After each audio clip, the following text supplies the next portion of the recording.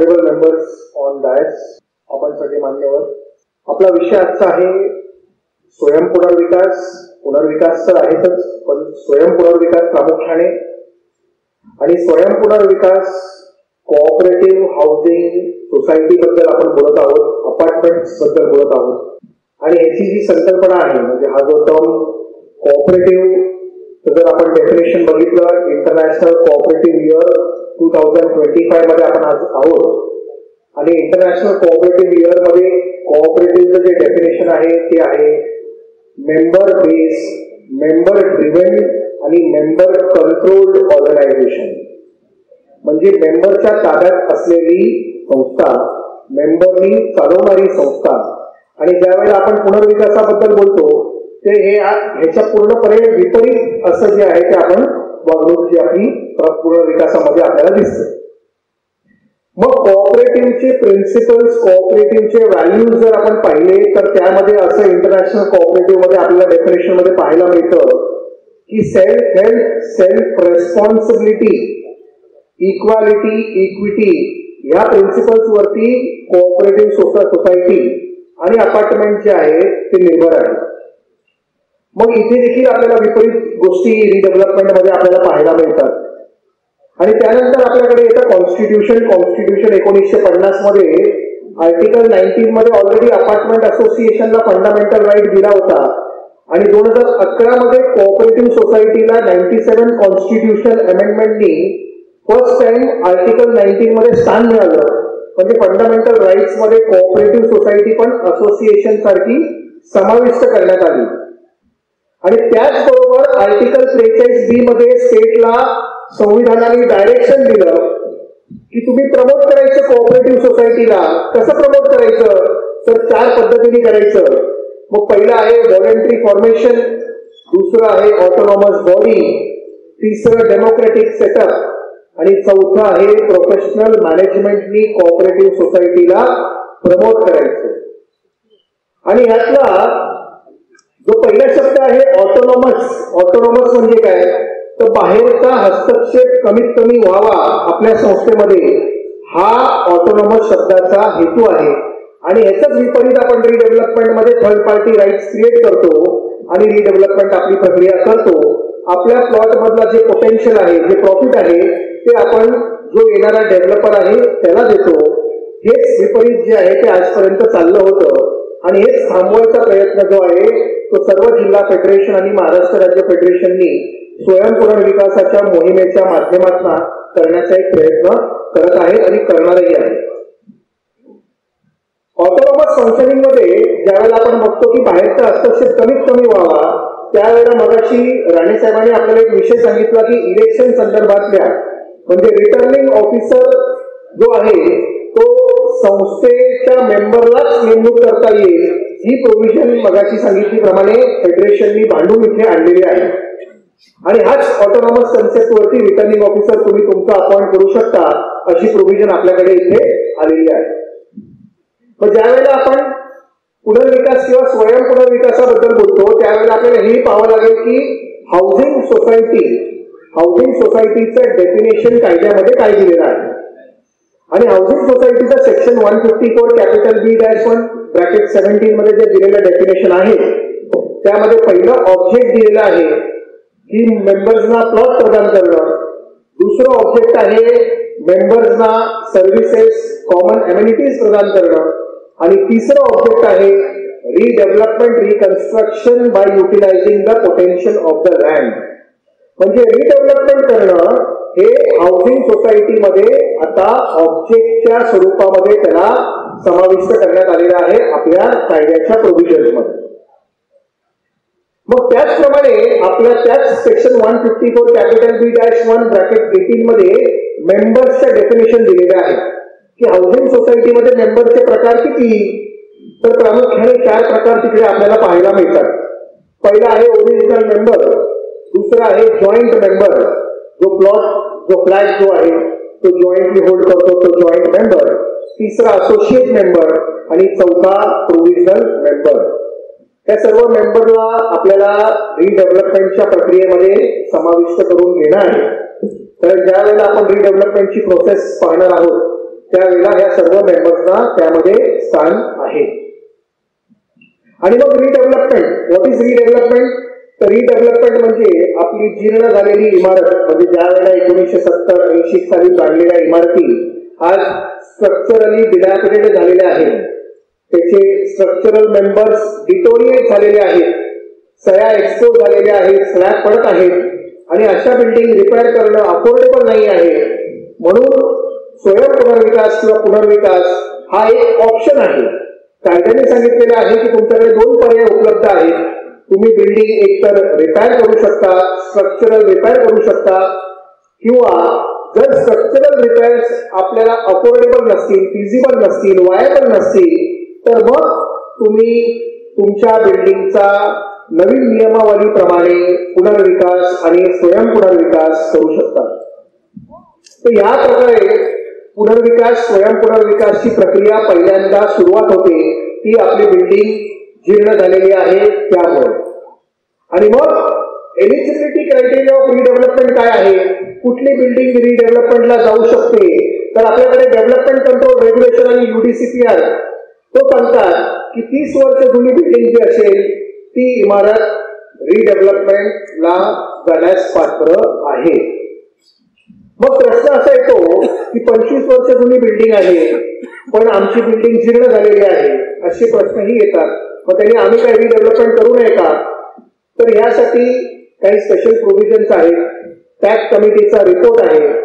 या रिपोर्टच्या माध्यमातून देखील ज्यांचं बिल्डिंगचं एज कमी आहे पण जे बिल्डिंग डिलॅपिडेटेड आहे त्या देखील रिडेव्हलपमेंट, रिकन्स्ट्रक्शन, स्वयं पुनर्विकास करू शकतात. आपल्याकडे घाटकोपरला 17 वर्षाच्या बिल्डिंगला देखील अशा स्टेजमध्ये ऑनरेबल बॉम्बे हायकोर्टनी स्थान दिलं होतं की रिडेव्हलपमेंट जे आहे ते तुम्ही तुमचं करू शकता. मग त्यानंतर सेकंड एलिजिबिलिटी क्रायटेरिया आपण सांगतो की टायटल आपल्या नावावर पाहिजे. मगाशी सकाळचा विषय आपल्याकडे जो होता तो डीन कन्व्हेन्सचा विषय होता आणि हा डीन कन्व्हेन्स प्रामुख्याने आपल्याकडे त्यासाठी आलेला आहे की टायटल जर तुमच्याकडे नसेल तर रिडेव्हलपमेंट कसली करताय? मग रिडेव्हलपमेंटसाठी पहिलं टायटल पाहिजे. का टायटल पाहिजे? कारण ज्या वेळेला प्लॅन्स आपण सबमिट करतो म्युन्सिपल कॉर्पोरेशन मध्ये तेव्हा म्युन्सिपल कॉर्पोरेशन आपल्याला सांगतं की ज्याच्या नावावर जमीन आहे तेच फक्त प्लॅन्स कॉर्पोरेशन मध्ये सबमिट करू शकतात. आणि अशा वेळेला आपल्याला कळतं की आपल्याकडे टायटल नाही आहे आणि त्याच्यामुळे आपण आपल्या बिल्डिंगचा पुनर्विकास, स्वयं पुनर्विकास करू शकत नाही. आणि ह्याच्याच प्रोव्हिजन जी आहे ती डीन कन्व्हेन्सच्या माध्यमातून आपल्या समोर आता आलेली आहे. मग डीन कन्व्हेन्सच्या स्वरूपामध्ये किंवा कन्व्हेन्सच्या स्वरूपामध्ये आपण आपलं टायटल, प्लॉटचं जे टायटल आहे ते आपल्या नावावर करून घेऊ शकतो. आणि only Wien the title is in your name, property card 7/12 तुमची नावं असतील, सोसायटीचं नाव असेल, त्याच वेळेला पुनर्विकास जो आहे तो आपल्याला शक्य आहे. मग हा झाला सेकंड एलिजिबिलिटी क्रायटेरिया. आणि तिसरा एलिजिबिलिटी क्रायटेरिया जो आहे तो आपल्या बायलॉज मधून आपल्याला मिळतो की इलेक्शन बॉडीचे जे आहे ते ड्युली हेल्ड केली गेली पाहिजे. बॉडी जी आहे ती ड्युली इलेक्टेड पाहिजे, तर ती आपल्याला भविष्यामध्ये पुनर्विकासामध्ये डेव्हलपमेंट अग्रीमेंट एक्झिक्यूट करायचं आहे, कॉन्ट्रॅक्टर अग्रीमेंट एक्झिक्यूट करायचं आहे, बरेचसे ठराव पास करायचे आहेत. मग अशा वेळेला आपली बॉडी जी आहे ती नेहमी ड्युली इलेक्टेड पाहिजे. आणि असे व्हेरियस बायलॉजचे प्रोव्हिजन्स देऊन आपल्याला एलिजिबिलिटी क्रायटेरिया आपला पुनर्विकासाचा करतो. आणि त्यानंतर प्रोसेस फार सिंपल. प्रोसेस जी आहे रिडेव्हलपमेंटची ती आहे ट्रान्सपरन्सी प्रदान करणं. म्हणजे ट्रान्सपरन्सी म्हणजे आपल्या घरी बिल्डरला अपॉइंट न करता जनरल बॉडीमध्ये बिल्डरला फेअर, ट्रान्सपरंट मॅनरने अपॉइंट करणं, हे आपल्याला रिडेव्हलपमेंटची प्रोसेस सेक्शन 79E च्या गाईडलाईन्स मध्ये दिलेली आहे. आणि 4 जुलै 2019 जे सर्क्युलर आहे ते आपल्याला ह्या सगळ्या गाईडलाईन्स ज्या आहेत त्या प्रदान करतं. आणि या गाईडलाईन्स मध्ये सांगितलेलं आहे की पुनर्विकासाचा निर्णय जो आहे तो जनरल बॉडी मीटिंग मध्ये घ्यावा, प्रोजेक्ट मॅनेजमेंट कन्सल्टंट किंवा आर्किटेक्टना अपॉइंट करून फिजिबिलिटी रिपोर्ट करावा. फिजिबिलिटी रिपोर्ट काढल्यावरती मग टेंडर सिस्टम्स करावे, टेंडर क्लोज करावे, टेंडर क्लोज करून डेव्हलपरकडनं ऑफर्स मागवाव्या, डेव्हलपरच्या ऑफर्स स्क्रुटिनाइज कराव्या, डेव्हलपरला सिलेक्ट करण्यासाठी जे प्रक्रिया लागते, टेक्निकल टीम्स आहेत, फायनान्शियल टीम्स आहेत, त्याच्या सगळ्यांचं इन्स्पेक्शन करावं. आणि मग शेवटला जनरल बॉडी मीटिंग घेऊन ज्यामध्ये रजिस्टर अथॉरिटीचा प्रतिनिधी तुमच्या उपस्थित असेल हे पाहून मीटिंग व्हिडिओ रेकॉर्डेड करून डेव्हलपरला त्या मीटिंग मध्ये सिलेक्ट करावं. आणि मग स्वयंपुनर्विकासामध्ये काय करायचं, तर हीच प्रक्रिया फॉलो करायची, पण कॉन्ट्रॅक्टर अपॉइंटमेंटच्या वेळेला. कॉन्ट्रॅक्टर म्हणजे स्वयंपुनर्विकासामध्ये आपण काय करतो, तर इथे कुठल्याही प्रकारचा डेव्हलपर नसतो.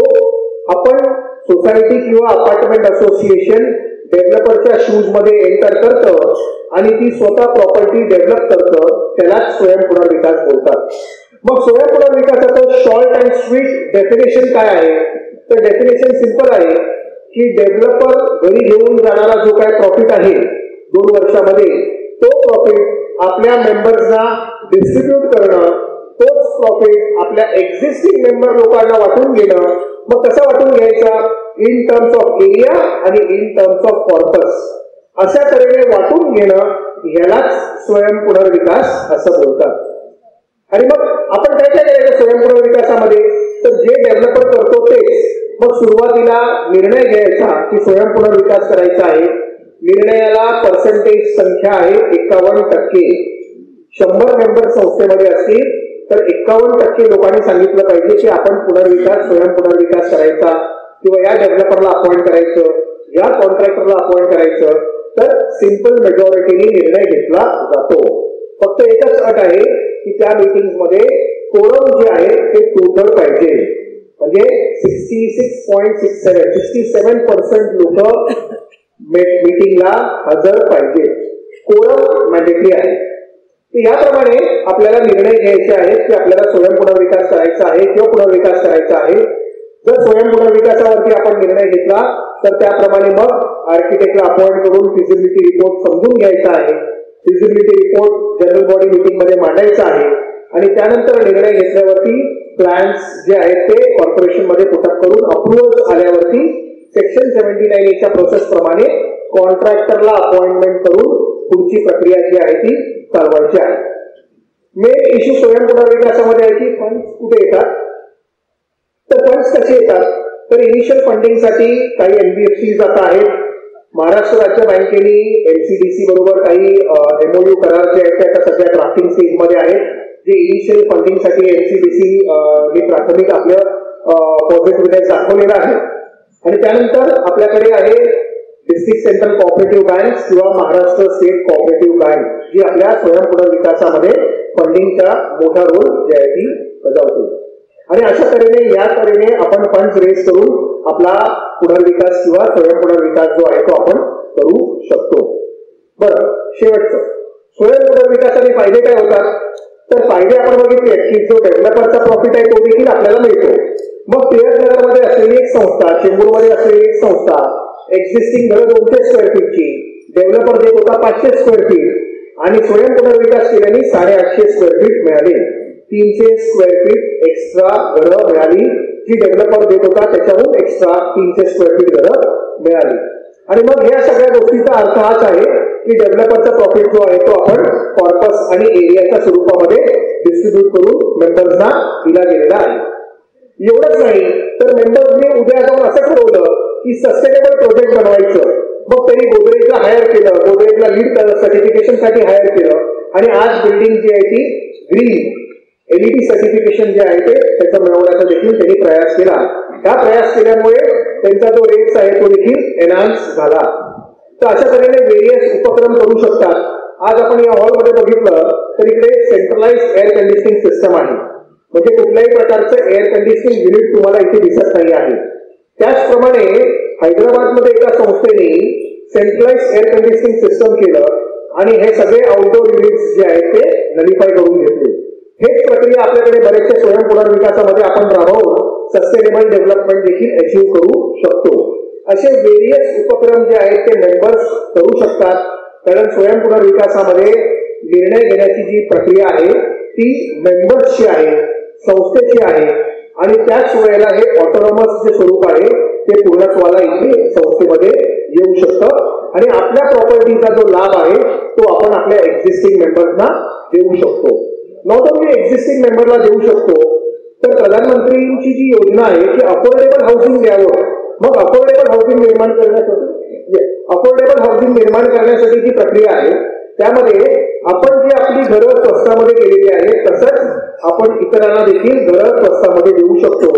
जे पर्चेसर असतात त्यांना आपण शॉर्ट रेटमध्ये म्हणजे लो रेटमध्ये देखील फ्लॅट विक्री करू शकतो.